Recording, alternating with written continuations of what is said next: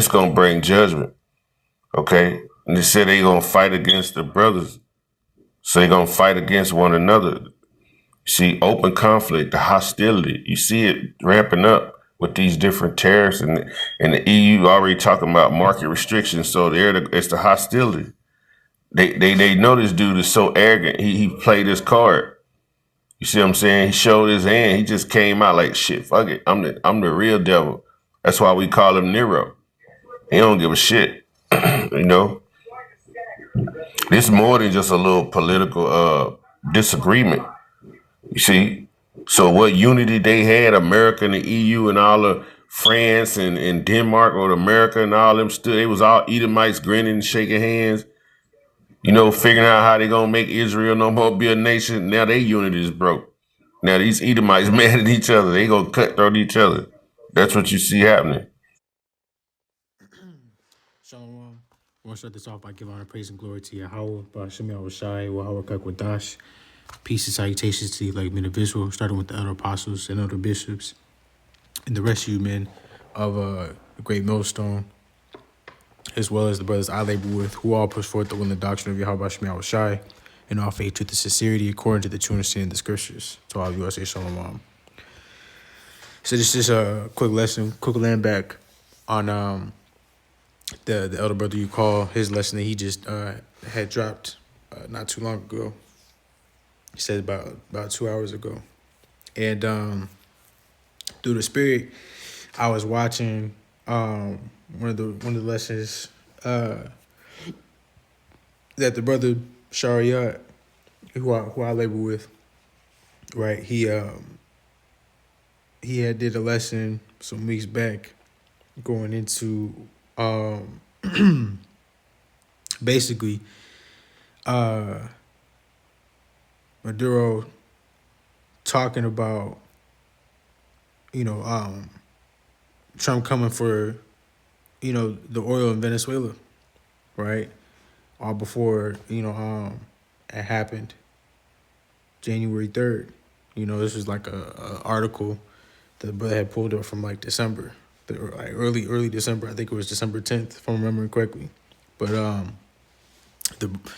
the brother, he was bringing out Sirach, the 10th chapter, and it was the 10th verse, and or not the 10th verse, the 10th chapter, Slakia. He was bringing out the 10th chapter and was reading through a few scriptures, and I believe it was the 7th and 8th verse that went on to use the words arrogance. And when watching the elder brother you call's lesson that he did here, and seeing the article that he has pulled up, and how it goes on to say, breaking, EU declares economic war on America, prepares $93 billion in tariff to U.S. and market restrictions on U.S. companies in retaliation to Trump arrogance, right? So I just wanted to grab that scripture that the brother Shariah had brought out in his lesson, because I was reading it, and I was like, that's the spirit, that this comes out using that same terminology, because it just shows you that the Lord really showing who this damn devil is. He's got this damn devil showing off who he really is. To say that better correctly, the Lord making it happen, right? He's allowing all these things to be seen, so can't nobody run away or hide or act as if they don't know. It's clear to see. It's night and day. We can tell who the devil is, and this really just gonna show forth who real and who ain't. For those that actually go on to admit it, or those that go to continue to fake the funk or front, just as the ruler of this place is. So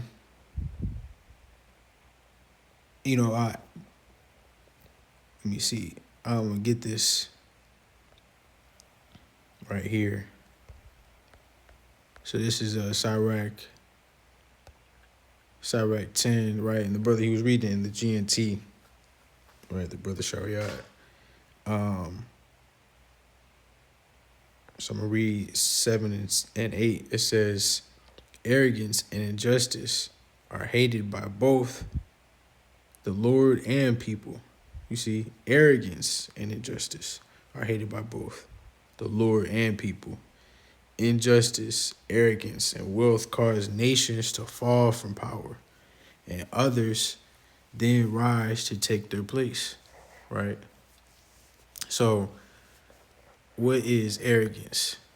Now, real quick, just want to get that, right? So, the word arrogant, Arrogant. Arrogant.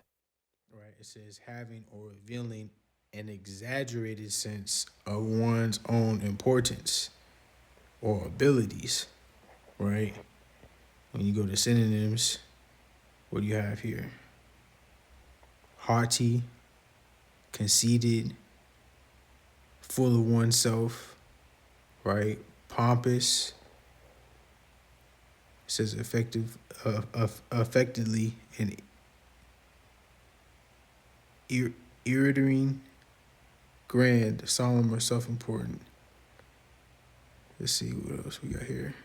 Lofty, vain, proud, having or showing a consciousness of one's own dignity, right? See, there's more there.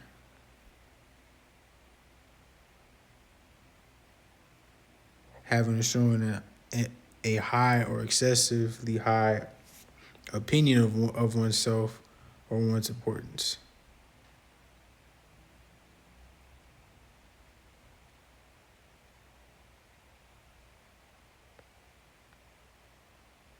Yeah. And that's what you can see going on here, right? These people, they they like to boast of themselves, specifically Nero 47, as you go on to hear the elder apostles, elder bishops, elder men, go on to call Trump, right? Just because of how bold he is, in regards to showing forth his wickedness, doing wickedly, and being proud of it ultimately, right? You got cocky, right? Snotty, These are all synonyms to being arrogant, right? So he's, exaggerating his importance as if he the shit. Really, he not, But this also makes me think of this scripture, right? This is Proverbs 16 and verse 18. It says, "Pride goeth before destruction, and a haughty spirit before a fall." You see? So you have those that's proud,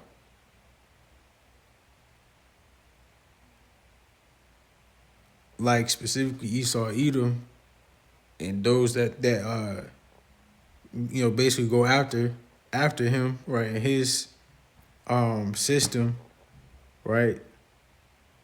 Those that have themselves fully invested in this world that's been set up by Esau, Edom, by the wicked, specifically the wicked elite of Esau, Edom, where they boast themselves within this world that's full of wickedness, and doesn't do anything that's conducive or aligned with the Lord. And because of them not following after the Lord, not putting their trust in the Lord, that's what's going to lead to their destruction. Because it's all vain. It's all vanity. It's not. It's nothing regarded in regards to it being of the Lord. You know. It says in a haughty spirit before a fall. Right. That word haughty. What is that going to?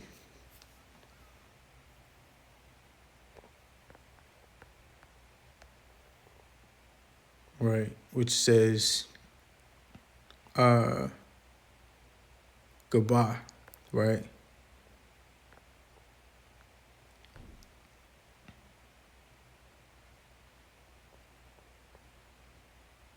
Says high pride, haughty loftiness, grandeur, arrogance. You see, so it's all aligned right there. That arrogance aligned with being proud, right? Let's see if we can get more on that word for haughty. It says right, haughty, proud, arrogantly superior, disdainful. Right, proud, vain, snobbish, stuck up. See all the same things, you know? So these are certain traits or characteristics that this man has, and with him doing that, you know, it's something that the Lord is displeased with, you know? Something that the Lord doesn't like. It says in the KJV, right, Sirach 10 and 7, it says, pride is hateful before God and man, and by both the one commit iniquity. You see? So these are things that's hated. And as we can see, let me get that back in the GNT too. As we can see here, right, it's just backfiring on him, because it's just causing more of a separation, more of a divide, right? And the scriptures go on to say what, real quick.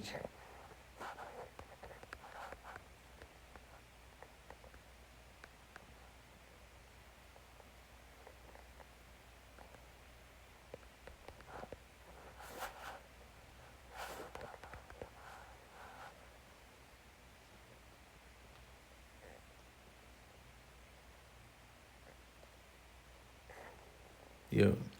Matthew 12:25, it says, Yahushua knew their thoughts and said unto them, every kingdom divided against itself is brought to desolation, and every city or house divided against itself shall not stand.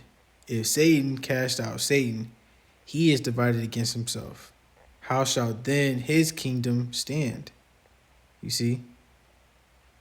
So this is more steps to show how this place is on its way out, you know, plain and simple.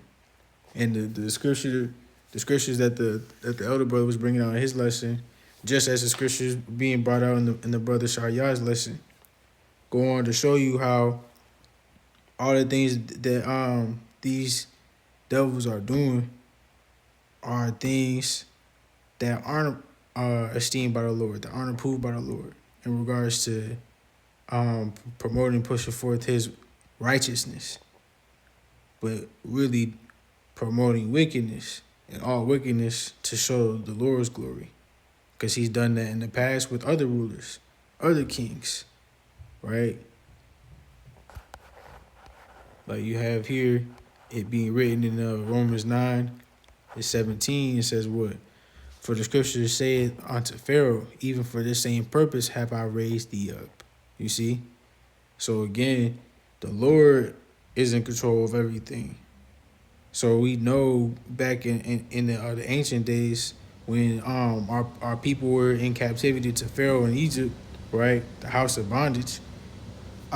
Pharaoh was was kicking our asses. Was fucking us up for real. You know, doing a slew of wickedness to oppress our people. You know, and all of the things that he did just led to a greater demise for himself. Again, for the purpose of what? Right? It says that I might shew my power in thee, and that my name might be declared throughout all the earth. So this is exactly what you're gonna see happening here again. For all those that were faint-hearted, for all those that doubted, and for all those that denied the Lord. For all those that believe in the Lord, for all those that follow after the Lord. All those that fear the Lord and do His will. Uphold and push forth His standard, and for everybody to see, right, and to know who running things. He's got everything moving forward as He said He would. So we just got to continue to keep holding on and making sure that we not holding on to this world, but we holding on to the Lord for the world to come. So Lord willing, receive the rewards and that are to come with that world to come.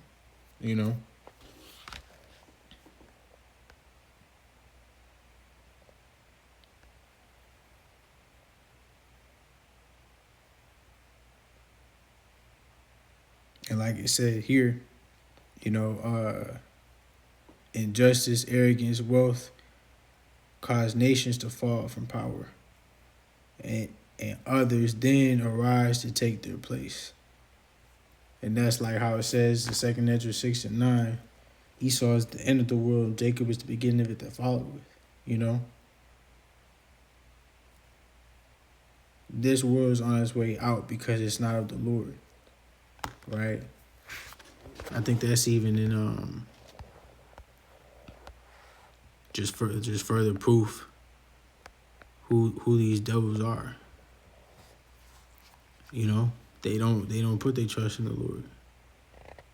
Psalms 52:7, it says, "Lo, this is the man that made not God his strength, but trusted in the abundance of his riches and strengthened himself in his wickedness." You see? So they go on to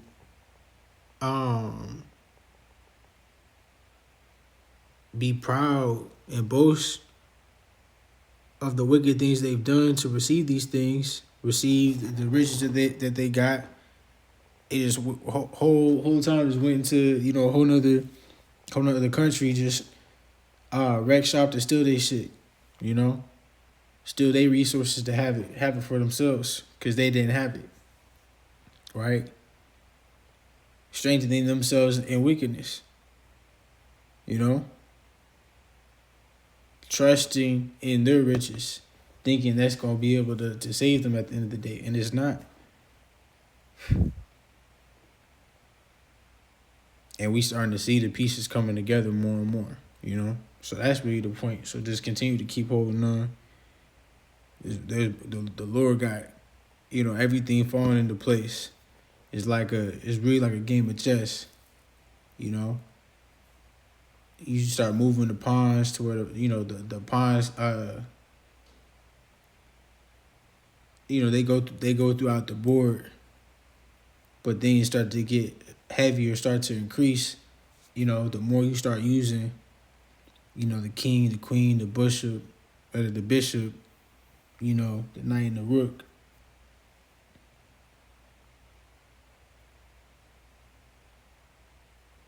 You start, setting up, plays on a chessboard that seem simple now, but whole time, it's in a way, it's like a 5-step plan, a 10-step plan, basically being 10 to 5 steps ahead of the play, that you currently making. And that's what's happening right now, right? The Lord professed it to us, and that's why we got to hold on to the word while we still can,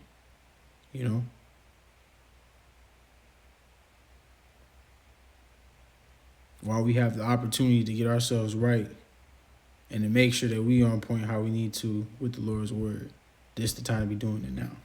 So, Lord willing, this has been edifying.